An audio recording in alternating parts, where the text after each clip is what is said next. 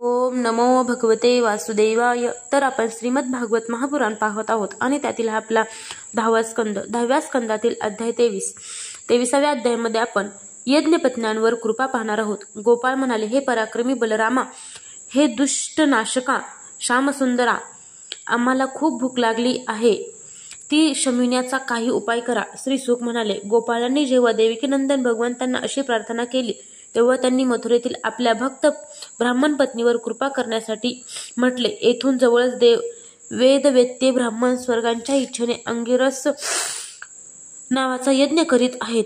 तुम्ही त्यांच्या यज्ञशाळेत जा. गोपाळांनो, माझ्या सांगण्यावरून तुम्ही तेथे जाऊन माझे थोरले भाऊ भगवान बलराम आणि माझे नाव सांगून अन्न मागून आणा. जेव्हा भगवंतांनी अशी आज्ञा दिली तेव्हा ते त्या ब्राह्मणांच्या यज्ञशाळेत गेले आणि त्यांनी अन्न मागितले. अगोदर त्यांनी जमिनीवर साष्टांग दंडवत घातले आणि मग ते हात जोडून म्हणाले, हे ब्राह्मणांनो, आपले कल्याण असो. आम्ही व्रजातील गवळी आहोत. भगवान श्रीकृष्ण आणि बलरामांच्या आज्ञेने आम्ही आपल्याकडे आलो आहोत. आपण आमचे म्हणणे ऐकावे. बलराम आणि श्रीकृष्ण गायी चारीत येथे आले असून ते येथून जवळच आले आहेत. त्यांना भूक लागली असून आपल्याकडून त्यांना अन्न पाहिजे आहे. ब्राह्मणांनो, आपण धर्म जाणणारे आहात. आपल्याला मनापासून वाटत असेल तर भोजन करू इच्छिणाऱ्यांना त्यांना अन्न द्यावे. सज्जनांनो, त्या यज्ञात पशुबली दिला जातो त्यामध्ये आणि सौत्रामणी यज्ञामध्ये यजमानांच्या घरचे अन्न खाता कामा नये. या व्यतिरिक्त इतर कोणत्याही यज्ञाच्या यजमानाने अन्न खाण्याचे दोष लागत नाहीत. अशी ही भगवंताची विनंती ऐकून त्यांनी त्याकडे लक्ष दिले नाही. तुच्छ फळांच्या अपेक्षेने मोठमोठ्या कर्मात अडकलेले ते ब्राह्मण अज्ञानी असूनही स्वतःला ज्ञानबद्ध मानित होते. देश काल अनेक द्रव्य मंत्र तंत्र ऋत्विज अग्नी देवता यजमान यज्ञ आणि धर्म ही सर्व रूपे वास्तविक भगवंताचीच आहेत. तेच इंद्रियातील साक्षात परब्रह्म भगवान श्रीकृष्ण होते. परंतु शरीराला आत्मा मानणाऱ्या त्या मूर्खांना भगवंत हे एक साधारण मनुष्य वाटल्यामुळे ते कळले नाही. परीक्षिता, ते ब्राह्मण जेव्हा होय किंवा नाही काहीच बोलले नाहीत तेव्हा गोपाळ निराश होऊन परतले आणि ती सर्व कहाणी त्यांनी रामकृष्णांना सांगितली. ती ऐकून सर्व जगताचे स्वामी भगवान श्रीकृष्ण हसून गोपाळांना लोहव्यवहार समजावीत म्हणाले, आता तुम्ही त्यांच्या पत्न्यांकडे जा आणि त्यांना सांगा की रामकृष्ण हे येथे आले आहेत. तुम्हाला पाहिजे तेवढे अन्न त्यात तुम्हाला देतील, कारण माझ्यावर त्यांचे फार प्रेम असून त्यांचे मन नेहमी माझ्याकडेच लागलेले असते. यावेळी गोपाळ पत्नी शाळेत गेले. तेथे ब्राह्मणांच्या पत्न्या सुंदर वस्त्रे आणि दागिन्यांनी नटून थटून बसलेल्या पाहून त्यांना प्रणाम करून ते अतिशय नम्रतेने असे म्हणाले, आपणा प्रिय विप्र पत्नींना आम्ही नमस्कार करीत आहोत. आपण आमचे म्हणणे ऐका. येथून जवळच श्रीकृष्ण आलेले असून त्यांनीच आम्हाला तुमच्याकडे पाठविले आहे.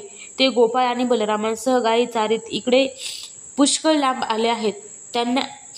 त्यांना आणि त्यांच्या सवंगड्यांना भूक लागली आहे. आपण त्यांच्यासाठी अन्न द्या. त्या ब्राह्मण पत्न्या पुष्कळ दिवसापासून भगवंताच्या लीला ऐकत होत्या, त्यामुळे त्यांचे मन त्यांच्याकडे आकर्षिले गेले होते. श्रीकृष्णांच्या दर्शनासाठी त्या नेहमीच उत्सुक असत. श्रीकृष्ण आल्याची वार्ता ऐकताच त्या उतावीळ झाल्या.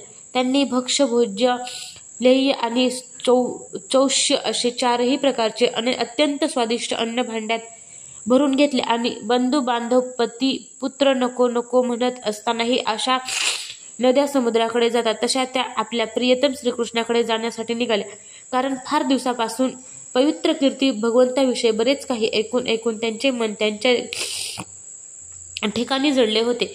ब्राह्मण पत्नींनी यमुनेच्या तटाकी कोवळ्या पानांनी सुशोभित अशा अशोकवनामध्ये गोपाळांनी वेढलेले बलरामांच्या सह श्रीकृष्ण इकडे तिकडे फिरताना पाहिले. त्यांच्या सावळ्या शरीरावर सोनेरी पितांबर फडफडत होता.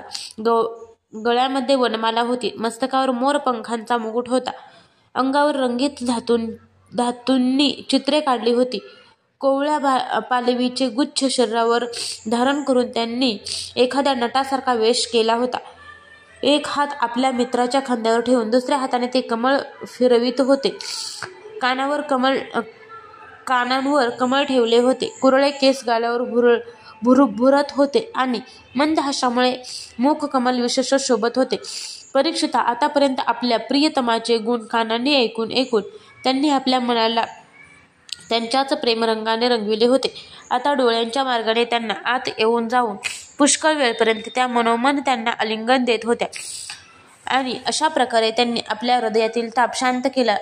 जसे सुषुप्ती अवस्थेमध्ये मन तिच्या अभिमानी प्रज्ञात लीन होऊन शांत होते.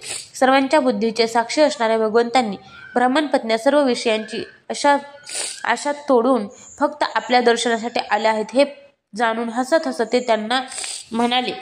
भगवान म्हणाले, देवींनो, तुमचे स्वागत असो. या, बसा. आम्ही तुमच्यासाठी काय करावे? आपण आमच्या दर्शनाच्या इच्छेने येथे आला आहात हे तुम्हा सारख्या भक्तांच्या दृष्टीने योग्यच आहे. आपले खरे हित पाहणारे बुद्धिमान लोक आपल्या प्रियतमाप्रमाणे माझ्यावर प्रेम करतात आणि त्या प्रेमात कोणत्याही प्रकारची इच्छा किंवा पडदा नसतो यात संशय नाही. प्राण, बुद्धी, मन, शरीर, स्वजन, स्त्री, अपत्य, धन इत्यादी सर्व वस्तू त्यांच्या सानिध्यामध्ये प्रिय वाटतात. त्या आत्मस्वरूप माझ्यापेक्षा अधिक प्रिय कोण असणार? आता तुम्ही आपल्या यज्ञशाळेत परत जा. तुमचे पती ब्राह्मण गृहस्थ आहेत, ते तुमच्यामुळेच यज्ञ पूर्ण करू शकतील. ब्राह्मण पत्न्या म्हणाल्या, हे प्रभो, आपण असे कठोर बोलू नये. आपल्याला प्राप्त झालेल्याला पुन्हा संसारात यावे लागत नाही. ही वेदवाणी आपण सत्य करा. आम्ही आपल्या नातलगांच्या आज्ञेचे उल्लंघन करून आपल्या चरणापाशी यासाठी आलो आहोत की आपल्या चरणावरून पडलेली तुळशी माला आपल्या केसांमध्ये धारण करावी. हे शत्रुदमना, आमचे पती, पुत्र, माता पिता, भाऊबंद किंवा हितचिंतक सुद्धा आता आमचा स्वीकार करणार नाही, तर मग दुसऱ्यांची काय कथा? म्हणून आता आपल्या चरणांना शरण आलेल्या आम्हाला दुसऱ्या कोणालाही शरण जावे लागणार नाही असे करा. श्री भगवान म्हणाले, देवींनो, तुमचे पती, पुत्र, माता पिता, भाऊबंद किंवा इतर लोक कोणीच तुमचा तिरस्कार करणार नाही, कारण तुम्ही माझ्याशी युक्त झाला आहात. पहा, हे देवही माझ्या म्हणण्याला अनुमोदन देत आहेत. देवींनो, या संसारामध्ये आपल्या शरीराचा सहवास हाच काही माझ्या प्रेमाला किंवा अनुरागाला कारण ठरत नाही. म्हणून तुम्ही जा, आपले मन माझे ठिकाणी लावा. तुम्हाला लवकरच माझी प्राप्ती होईल. श्री सुख म्हणतात, असे सांगितल्यावर त्या ब्राह्मण पत्न्या यज्ञशाळेत परत गेल्या. त्या ब्राह्मणांनी आपल्या पत्न्यांकडे दोषदृष्टीने न पाहता त्यांच्यासह आपला यज्ञ पुरा केला.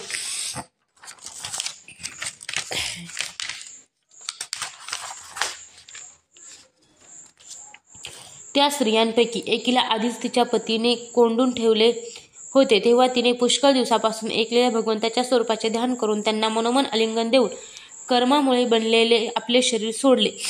इकडे भगवान श्रीकृष्णांनी त्या 4 प्रकारच्या अन्नाचे गोपालांना भोजन दिले आणि नंतर स्वतः भोजन केले. अशा प्रकारे लीला मनुष्य भगवान श्रीकृष्णांनी मनुष्यासारख्या लीला केल्या आणि आपले रूप, वाणी व कर्मांनी गायी, गोपाळ आणि गोपींना आनंद देत ते स्वतःही आनंदित झाले. इकडे ब्राह्मणांना जेव्हा माहीत झाले की श्रीकृष्ण तर स्वतः भगवान आहे, तेव्हा त्यांना अतिशय पश्चाताप झाला. ते विचार करू लागले की जगदीश्वर भगवान श्रीकृष्ण आणि बलराम यांच्या आज्ञेचे उल्लंघन करून आम्ही फार मोठा अपराध केला आहे. ते तर मनुष्यासारखी लीला करीत असूनही परमेश्वरच आहेत. आपल्या पत्न्यांची भगवंताविषयी अलौकिक भक्ती असून आपण मात्र त्याबाबत अगदी कोरडे आहोत हे लक्षात येऊन ते पश्चाताप होऊन स्वतःचीच निंदा करू लागले. ते म्हणू लागले, अरे रे, आम्ही भगवान श्रीकृष्णांना विन्मुख झालो म्हणून आमचा जन्म, गायत्री मंत्र, वेदाध्ययन, बहुश्रुतपणा, उच्च घराणे, कर्मकांड, नैपुण्य या सर्वांचा धिक्कार असो. भगवंताची माया योगी लोकांनाही मोहित करते, हेच खरे. म्हणूनच तर आम्ही मनुष्यांचे गुरु ब्राह्मण असून आमचा खरा स्वार्थ आम्हाला कळला नाही. अहो, पहा ना, या स्त्रिया असूनही जगद्गुरु श्रीकृष्णांबद्दलच्या अगाध प्रेमाने प्रपंच नावाचा मृत्यूचा पाशसुद्धा यांनी तोडून टाकला. यांचे उपनयन झाले की यांनी गुरुकुलामध्ये निवास केला नाही, तपश्चर्या केली नाही की आत्म्यासंबंधी काही विचार केला नाही, यांच्यामध्ये तशी पवित्रताही नाही किंवा यांनी कोणतीही सत्कर्मे केलेली नाहीत, तरी सुद्धा योगेश्वरांचे ईश्वर पुण्यकृती भगवान श्रीकृष्णांच्या चरणी यांची दृढ भक्ती आहे. आणि आम्ही संसार वगैरेही संपन्न आहोत, तरी सुद्धा भगवंतावर आमचे प्रेम नाही. गृहस्थींच्या कामात गुंतून आत्मकल्याणाला पारख्या झालेल्या आम्हाला गोपाळांकरवी भगवंतांनी आपली आठवण करून दिली. केवढी ही त्यांची कृपा! भगवान स्वतः पूर्ण काम असून भक्तांच्या मोक्षापर्यंत सर्व कामना पूर्ण करण्यास समर्थ आहेत. आमच्यावर अहेतुक कृपा करण्याखेरीज आमच्यासारख्या क्षुद्र जीवांच्या बाबतीत त्यांचे दुसरे काय प्रयोजन असणार, म्हणून त्यांनी याच उद्देशाने केलेली ही लीलाच म्हणावी लागेल. स्वतः लक्ष्मी तर देवांना सोडून आणि आपल्या चंचलता, गर्व इत्यादी दोषांचा त्याग करून त्यांच्या चरणकमलांच्या निरंतर स्पर्शाच्या लोभाने सेवा करीत असते. तेच प्रभू दुसऱ्यांकडे अन्नाची याचना करतात हे लोकांना भुलविणेच नव्हे काय? देश काल, वेगवेगळी द्रव्य, मंत्र, अनुष्ठानाची पद्धत, ऋत्विज, अग्नी, देव, यजमान, यज्ञ आणि धर्म हे सर्व काही भगवंताचेच स्वरूप आहे. तेच योगेश्वरांचे सुद्धा ईश्वर साक्षात भगवान विष्णू स्वतः श्रीकृष्णांच्या रूपाने यदुवंशामध्ये अवतीर्ण झाले आहेत. ही गोष्ट आम्ही ऐकली होती, परंतु आम्ही मूर्खांनी मात्र त्यांना ओळखले नाही. आमचे भाग्य खरेच थोर म्हणून आम्हाला अशा पत्नी मिळाल्या. त्यांच्या भक्तीमुळे भगवान श्रीकृष्णाविषयी आमची भक्ती निश्चल झाली. नित्य ज्ञान संपन्न भगवान श्रीकृष्ण आपल्याला नमस्कार असो. आपल्याच मायेने आमची बुद्धी मोहित होऊन आम्ही कर्मांच्या व्यापामध्ये भटकत आहोत. ते आमच्या या अपराधाची क्षमा करोत, कारण आमची बुद्धी त्यांच्या मायेने मोहित झाल्यामुळे त्यांचा प्रभाव जाणू शकली नाही. श्रीकृष्णांचा तिरस्कार केल्यामुळे आपला अपराध आठवून त्यांना श्रीकृष्ण बलरामांच्या दर्शनाची इच्छा उत्पन्न झाली, परंतु कंसाच्या भीतीने ते त्यांच्या दर्शनाला गेले नाहीत. अध्याय 23 समाप्त.